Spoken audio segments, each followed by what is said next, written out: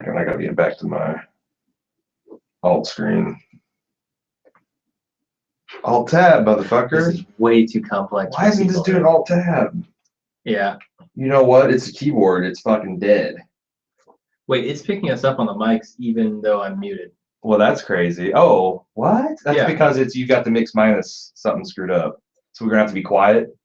Shit! You're too late on that, man. That ship has sailed. I forgot where the start button. Oh my god. We are professional. You need to change the input because it's gonna sound bad. Is it? Wait. Oh no, it's the line in. Never mind. Is it? Okay. No, you might be right about that. I think it's the line in though. Oh no, fuck, you're right. Do the line in. Yeah.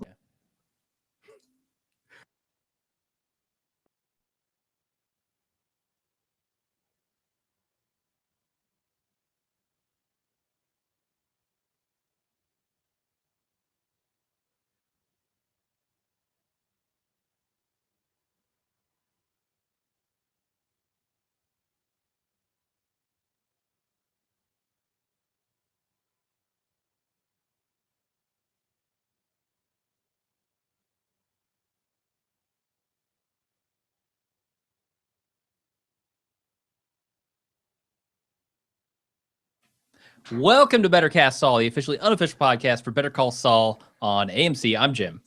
And I'm Aaron. What was that, Aaron? So what happened is we got a new recording station here in the studio.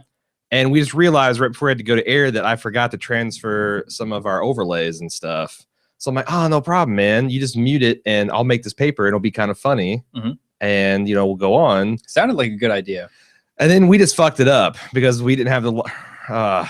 yeah, it's supposed to be muted, and we had the camera mics instead of our real mics, and it was just a mess. So, yep, good stuff.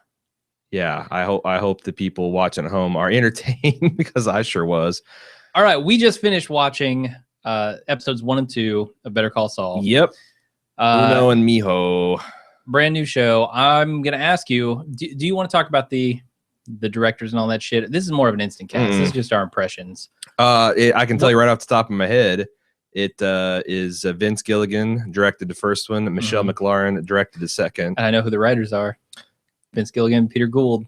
Yep, exactly. So all right, there you go. Congratulations. What do you think of this episode, or these 2 episodes, I guess?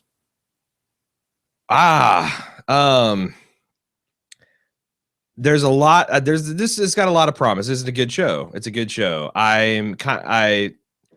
Whoever wrote that this was better than Breaking Bad in season 1 needs to eat like a bag of donkey dick because that is some clickbait hyperbole bullshit. Yeah, totally. I'm with you there. And I feel silly that we had the debate about spoilers such as it is because this, if you haven't seen Breaking Bad, this is a farce.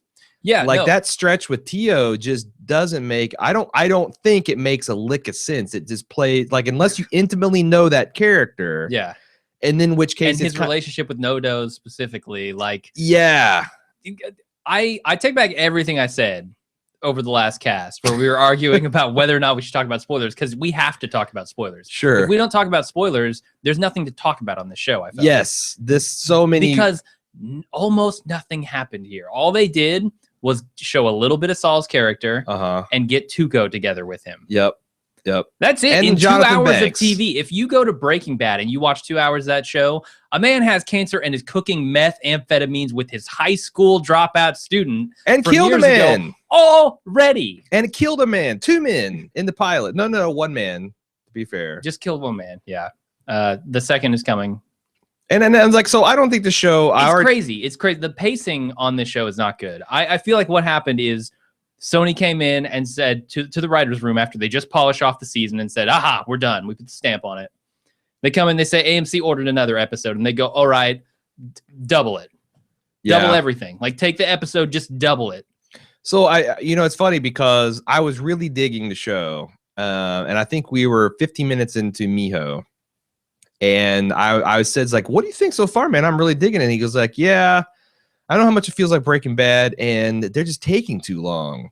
And as soon as you said that, I started thinking, like, how long we've spent on a relatively low stakes knowing what we know about everything. Yeah, with the skateboarders. Yeah.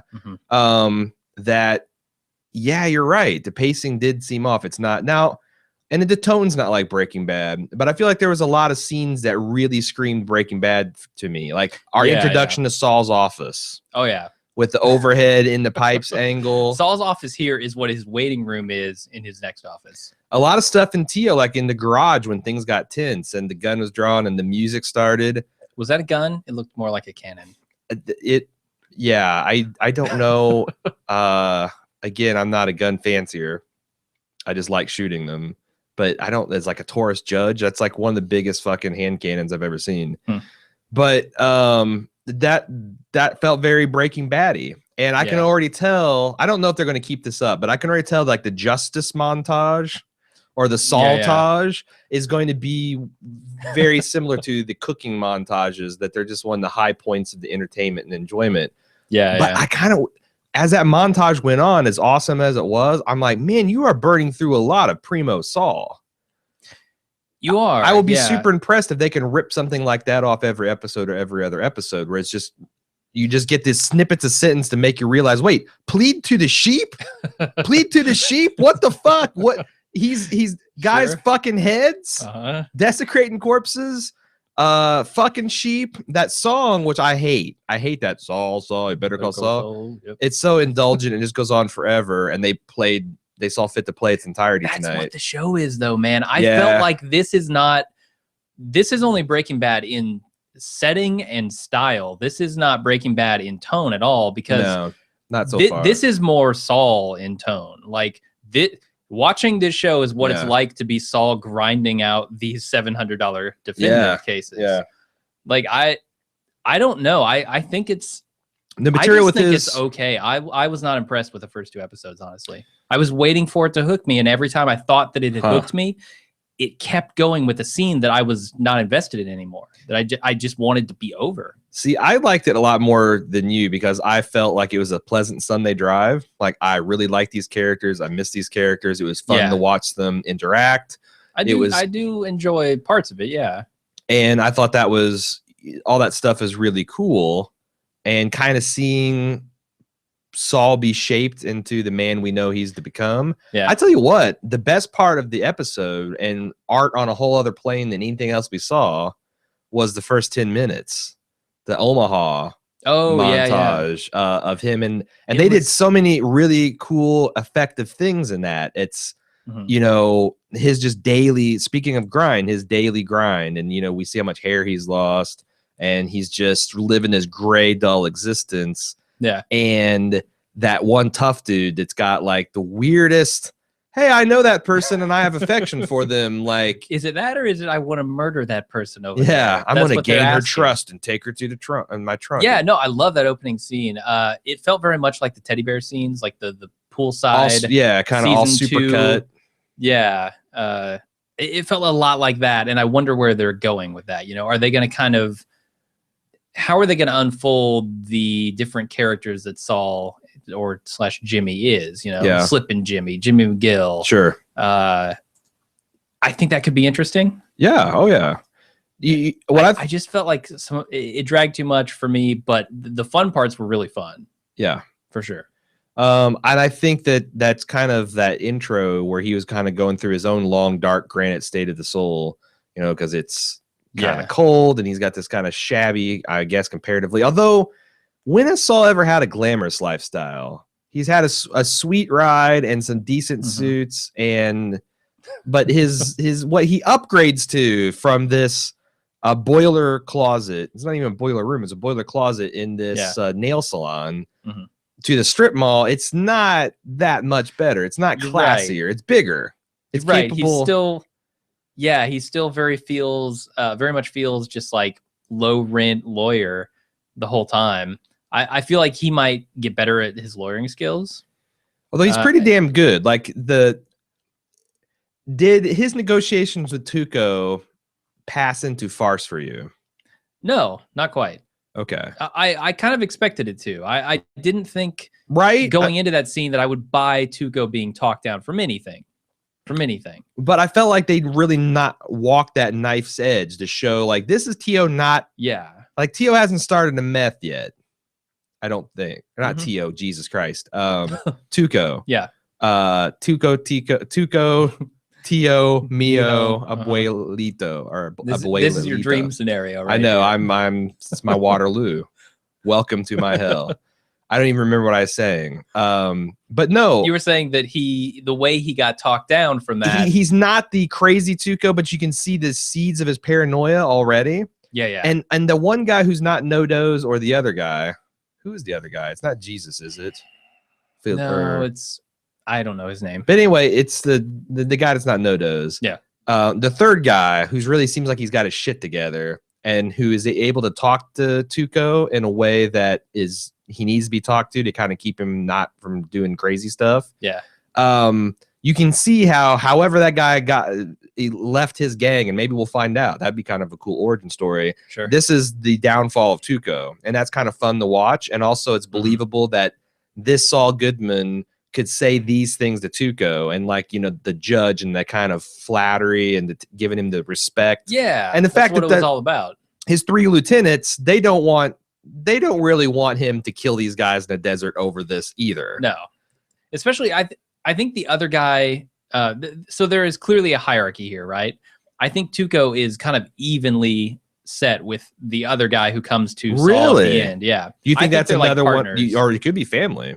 Because, you can see the way he looks at No-Doz when No-Doz tries to jump in and say something. Sure. He's clearly below him. And that's part of the comedy. Again, if you didn't see Breaking Bad, you don't know why it's funny when Tuco starts to Hulk up on this guy. But he's trying to reason and talk with the other guy. Yeah. Not just stare at him down, get in your place. No, he has respect. I feel like they're on the same level there. You could be right. Operation. I thought he was his second in command, the one guy who can check him and his Riker. Yeah. Sure. I could buy that too, I guess. The part that I really liked about this series so far? What's that? Jimmy's brother.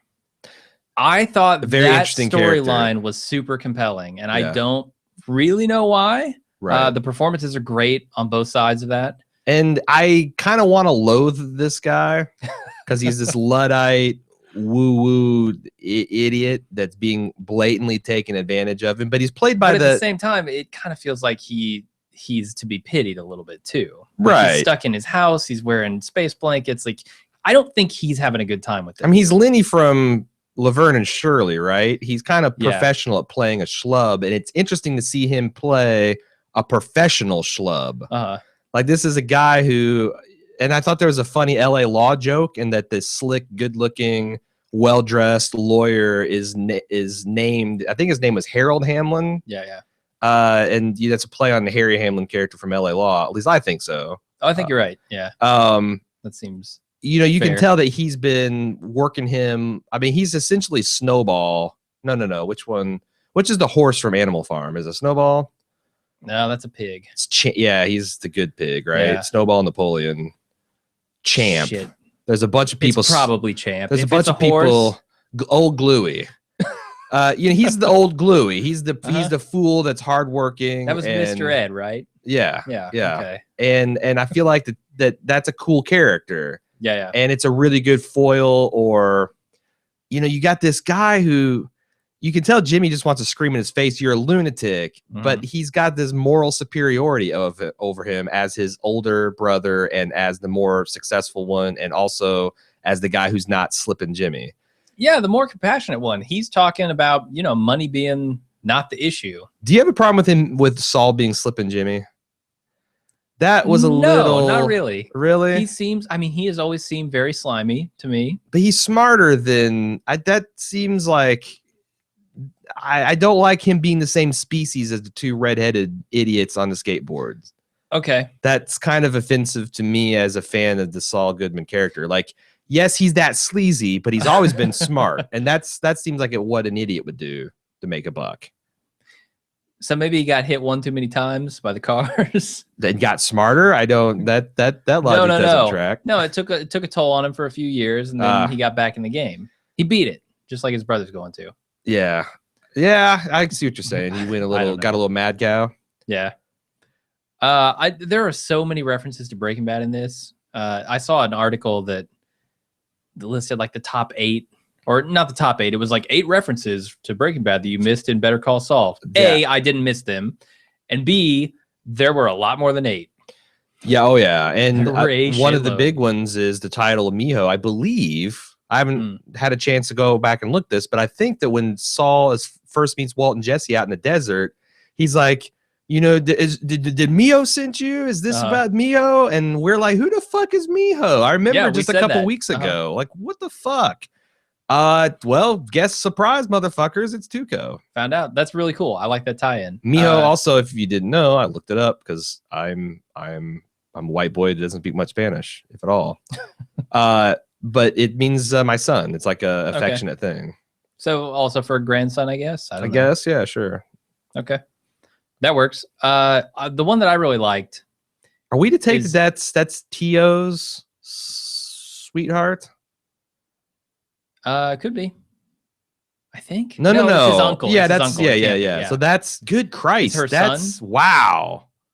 Wow. She is ancient then. His dad's brother, I guess. Right? She's ancient. Wow. Okay. So I guess so. Anyway, what was your point? The one that I liked a lot was when Saul says, "I'm a lawyer, not a criminal." Yeah.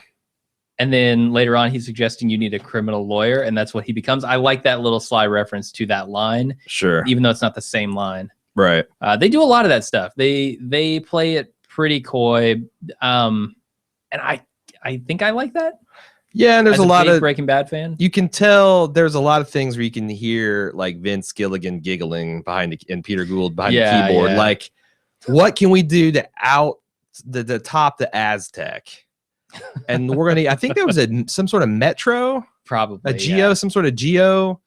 Yeah, and it was missing the headrest. So like Slippin' Jimmy, if he gets tapped on his back bumper, he's just whiplash from hell to breakfast. Sure. His brain's already rattling around in there like a peanut. So yeah, and I don't know. I just thought there's a lot of it's kind of a love letter Breaking Bad fans. Yeah, and I'm interested to see like it's so much lower stakes than high school chemistry teacher has meth. Mm-hmm.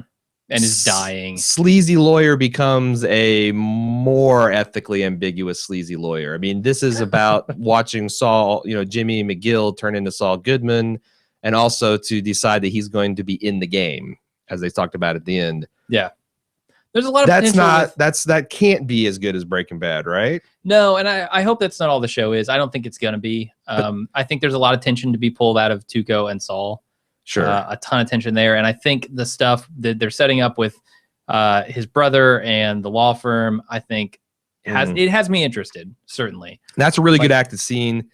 Sometimes Bob Odenkirk is just blowing me away. Like that scene with the treasurer and his wife in the cafe where they're about to sign the paper and he gives this like dog waiting for a bone to fall off the table look. And it's just, it's really funny and it's really also well done. Or how about the scene where he has just come back from the desert and he goes on a date?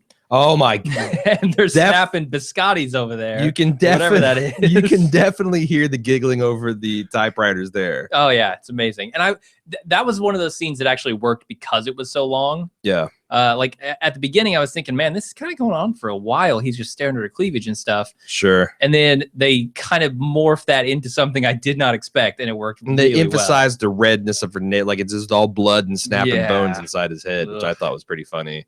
Sure. So anyway, the other thing I wanted to talk about, what was I had one more point on one to make that jogged my memory and now it's gone. Okay. So you got that on your head. Sounds good. Oh, you got anything else? So yeah, there's one other thing that we talked about in between episodes when Tuco stuck his head out the door. Mm-hmm. Is seeing Tuco and Jonathan Banks as Mike and all these other references in just the first 2 episodes, really kind of Breaking Bad folding in on itself. Yeah. Is this a little too Chewbacca, C-3PO in the prequel trilogies for you? Is this like I get that New Mexico is not a whole galaxy. Sure. But still, does it seem like the place is a little too small? It does. Yeah, a little too small world for me. The stunning coincidence, it's a little fishnado-y. Yeah, I'm with you. I don't feel like it's not I'm not ready to call bullshit, but like I've definitely got the head cocked back and the eyes kind of like, what's going on here? I want to give them through these first few weeks just to even really pass judgment on the show. Like if these two if these two redheads had opened up trying to scam Gretchen and Elliot as they pull out the neighborhood in their BMW or their Mercedes. That would have been, oh, fuck you, this is bullshit. Too far. You crossed the line. What are you, Gotham? Is this the Gotham pilot I'm watching? You going to go turn the left on Batman Street and take it to Iceman Way, whatever. Mr. Freeze. I've got I'm Marvel Mr. DC. Freeze, well, to be fair, he has a cul-de-sac. It's more of a boulevard. That's the kind of shit Gotham pulled into a turnaround sort of situation. So they were very slippery over there. So stay away from the edges of the road. I came back on Gotham. Anyway, I feel like that's definitely a line too far, but this episode is right there. Like one more Breaking Bad. Yeah. If Badger and Skinny Pete were hacky sacking in the background, bullshit, that kind of stuff. What if Badger and Skinny Pete were the skateboarders? Oh, would that be awesome, or would that be too far? That wraps back around to awesome. But yeah, that's like the rule of cool. All like right. I really, really, really want to see Badger and Skinny Pete in some capacity. Yeah. So that I would probably allow that. Just like, Raymond Cruz' charisma and kind of seeing the more comedic side of that made that scene ultimately worth it, even though, as you said, it's too long and the stakes are kind of weird. But yeah, I mean, as long as they're and him, going kind of starting to go crazy off and no-dos, that was really cool.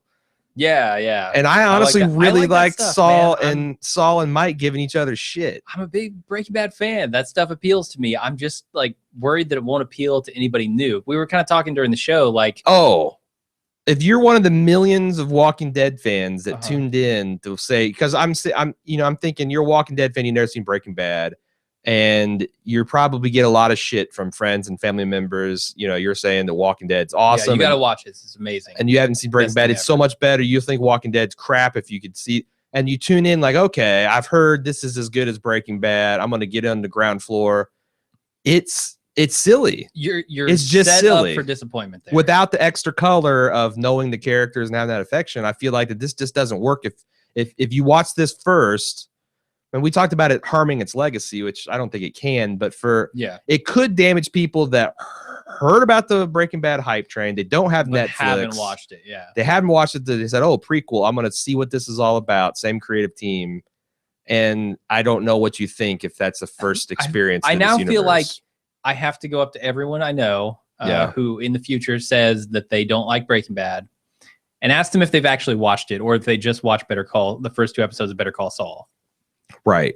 Because those people might be turned off from the idea that this universe is something they're into. Yeah, it's like if someone just said, based on these first 2. Like it's like someone I don't know said, how the rest of the show is going to these Christopher Nolan Batman films are fucking amazing, and you're like, okay. And one night you're flipping through and like Batman and Robin's on. Yeah, TV Land. The old Adam West Batman's on. All right. You just are totally in the wrong universe. Yeah, you're not even on different tone. Yeah, completely. Yeah, so same characters, different tone. But yeah, I liked it, and I think it's got a lot of potential. I was surprised at how really good like the intro was, and some of the individual beats with his brother. Where it's kind of a different side of him, the side that wants to be a real good man. So I'm curious to see where this goes. Like, I mean, it feels like Tuco's going to be in and out of this season. I think it could go to interesting places. How much longer can they keep Mike behind that ticket booth before he has to do something interesting? Oh, man. I just wonder how many more times Saul is going to come up to him when he knows he's just going to get sent back for another ticket. He should just buy a whole bunch of tickets in the morning and just put them all, cover Mike's booth in them. Yeah. I'd cover him in them. That's the other thing. It's like, it seems like it is, he's supposed to get his ticket validated, right? And he does seem to have a point that this woman, for whatever maniacal reason, is shorting him tickets. Knows how long he has been in there. Unless Mike is just fucking with him. I I don't think Mike would do that. No, I think Mike is just enforcing the rules. Sure, but yeah, He is the I would think he would enforcer. go down and have a little talk with the the sticker puncher. Like, Yeah, why are yeah. you wasting my time, But Julia? Saul's so sleazy that he doesn't believe him. He doesn't believe him. Mm, There's no way he thinks the ticket giver is dirty. sure, And Saul's not. sure. Why don't you talk? We were talking earlier about possible cameos, as skateboarders. Talk about the one cameo that we're not certain is or isn't in here. Oh, Ron Swanson. Yeah, you said, hey, whoa, pause that for a second. Go back. Yeah, Nick Offerman. There's this thing where he's standing at a urinal with Saul, and this guy, I can't tell if he looks like a pudgier, younger version of Nick Offerman, if he is Nick Offerman, and we noticed that, like, oh, that can't be. But then when he moved, the metallic kind of mirrored surface is a little dented. Yeah, it's warped. Like a towel dispenser or a trash can. A trash can in a law office, and it's kind of distorted. And when he walked past, it kind of looked little Nick Offerman-y.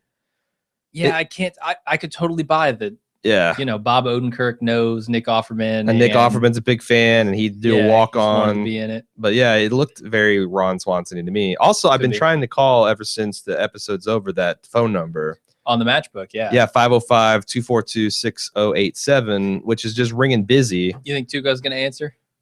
I think so, because if I recall correctly, there was a real phone number in New Mexico in the pilot, which was of Vince Gilligan's either cell phone or actually number that he had an answer machine, and he would collect messages and listen to it. All right. I think I got that fact right, but I'm kind of curious to see what it is. They like to do that stuff, and when they use like GPS coordinates, right, they'll throw them on buildings that are significant to them, part of Sony Pictures or whatnot. Yeah.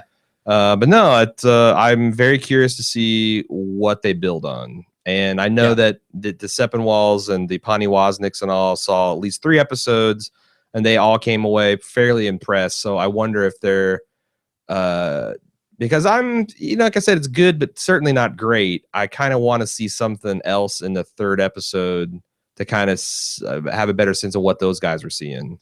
Yeah, I really felt like I was hooked at this point in Breaking Bad. I know it's super early. Sure, right. And most shows don't hook me that quickly either. The first episode of shows that I love. We've talked all about the first episode of Breaking Bad and how it just is a visceral, grab you by the balls kind of thing. So I'm not going to pass judgment on the series off the first 2 episodes, but I have to say how I felt about those episodes, and though they didn't really do it for me. I mean, they were just okay. And given the hype, I was expecting much better. I think some of the hype, I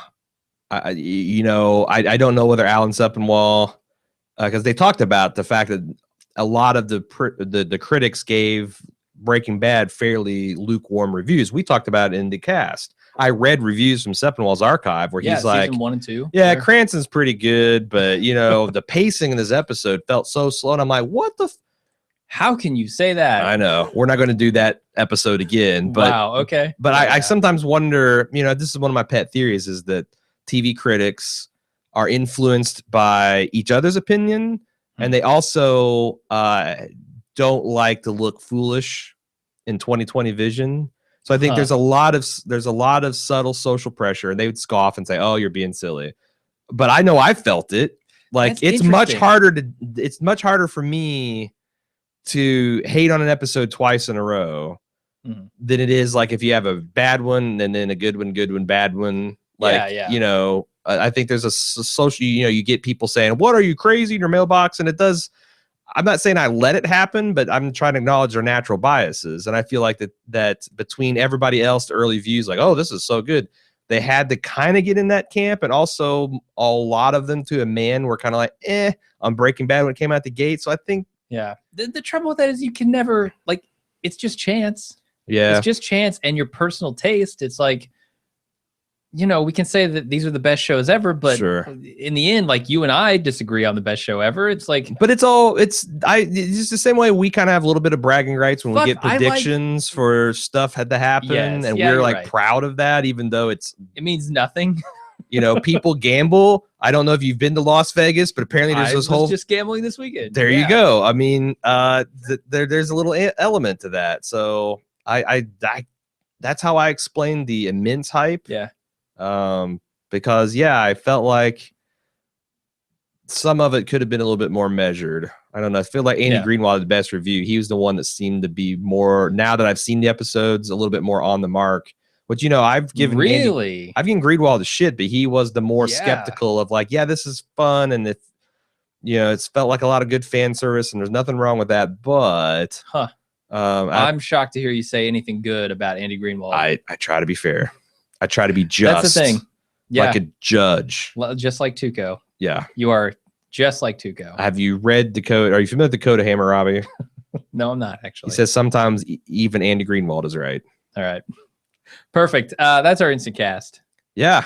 We'll have the full coverage for the first episode out tomorrow, believe it or not, as well as the Walking Dead primary coverage for tomorrow. And then Wednesday and every subsequent Wednesday, we'll be covering the Monday episode. In this case, 102 Miho. Yeah. I know it's confusing, but now we'll have a pattern going after Wednesday. And I feel like our podcast is going to be just like the show. The first couple of weeks are very confusing. Nobody really knows what to make of it. But then you get into a pattern. Sure. They hit their stride, and we're all good. Yeah. And so if you'd like to send us feedback for that podcast, you can do so at bettercastsaul at baldmove.com. I forgot our domain for a minute. Forget the name of the website. And we're getting a lot of feedback, a lot of advanced feedback. Like haven't had a couple days stretch since the old Game of Thrones Mad Men season. It's seems like it's kind of insane. Oh, did you hear that the ratings are in? I know I'd already told you this, but the Better Call Saul got to 6.9 million. Yeah. Which is like 50% less than I predicted. But record breaking. It was the largest cable drama premiere of all time. Ever. Wow. Ever in the history of the known universe. It's pretty good. So, like, I was joking to Natterborn. I said, only I can make a prediction that would make a record-breaking attempt seem disappointing. Yeah. I am the wet blanket. There was hype around Better Call Saul? What are you talking about? I am the blanket that's wet. All right, that's it. Yeah, we got the forums. We got posts up on there. Again, I think the spoiler policy has been thrown out the window. Yeah, fuck that. It's the show threw it out. Full Breaking Bad throttle, and so kind of bold for Gilligan to do to make it that explicit. Yeah. But there it is. But get on the forums if you want to talk about it there on Facebook.com/baldmove and on Twitter @baldmove. The forums linked, by the way, is forums.baldmove.com. It's crazy code, but we cracked it. Something. And we'll see you tomorrow. We got content every friggin' day of this week, basically. Yep. A lot of stuff going down. Americans, Justified, Walking Dead. Yep. All good stuff. Probably a lot more stuff we're going to do. I don't know. Sure. We got a bunch of commission casts stacked up to maybe we'll get to one of them. Maybe we won't. Try to get to a lunch with Jim and Aaron. We got a good one coming up. Yeah, we do. Very soon. We're eating chocolate covered bugs. Spoiler alert. We are? Are we? I was going for the human centipede. I don't know what you were planning on doing. Okay, you go for that, buddy. Let's get out of here on that note. Thanks, everyone, for listening. We'll be back next week or tomorrow with a full podcast for the first episode. Until then, I'm Jim. And I'm Aaron. Bye-bye.